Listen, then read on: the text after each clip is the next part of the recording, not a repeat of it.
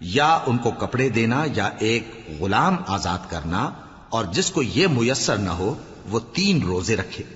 یہ تمہاری قسموں کا کفارہ ہے جب تم قسم کھا لو اور اسے توڑ دو، اور اپنی قسموں کی حفاظت کرو۔ اس طرح اللہ تمہارے سمجھانے کے لیے اپنی آیتیں کھول کھول کر بیان فرماتا ہے تاکہ تم شکر کرو۔ اے ایمان والو، شراب اور جوا اور بت اور پانسے، یہ سب ناپاک کام اعمال شیطان سے ہیں، سو ان سے بچتے رہنا تاکہ تم کامیاب ہو جاؤ۔ شیطان تو یہ چاہتا ہے کہ شراب اور جوئے کے سبب تمہارے آپس میں دشمنی اور رنجش ڈلوا دے، اور تمہیں اللہ کی یاد سے اور نماز سے روک دے۔ تو کیا تم لوگ ان کاموں سے باز آؤ گے؟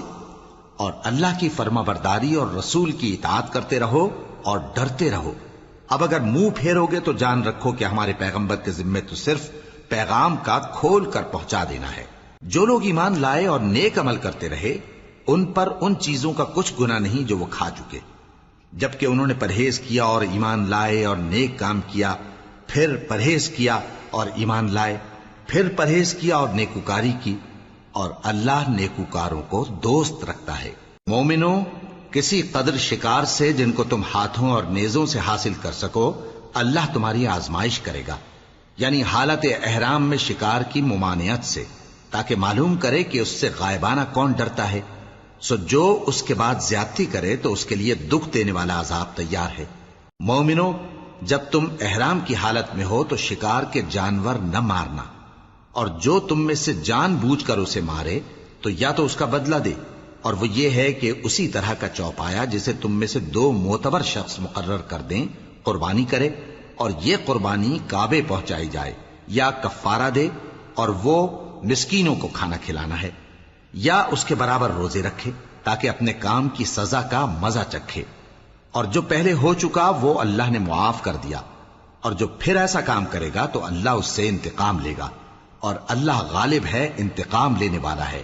تمہارے لیے دریا کی چیزوں کا شکار اور ان کا کھانا حلال کر دیا گیا ہے، یعنی تمہارے اور مسافروں کے فائدے کے لیے، اور جنگل کی چیزوں کا شکار جب تک تم احرام کی حالت میں ہو تم پر حرام ہے۔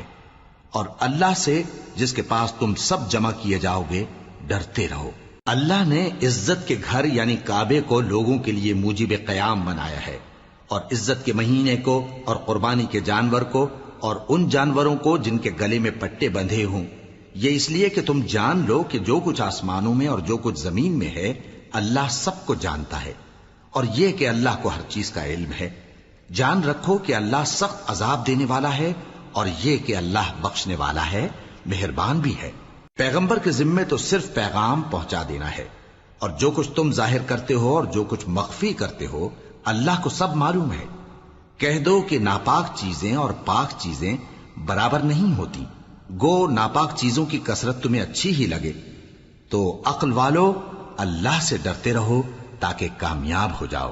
مومنوں، ایسی چیزوں کے بارے میں مت سوال کرو کہ اگر ان کی حقیقتیں تم پر ظاہر کر دی جائیں تو تمہیں بری لگیں، اور اگر قرآن کے نازل ہونے کے ایام میں ایسی باتیں پوچھو گے تو تم پر ظاہر بھی کر دی جائیں گی۔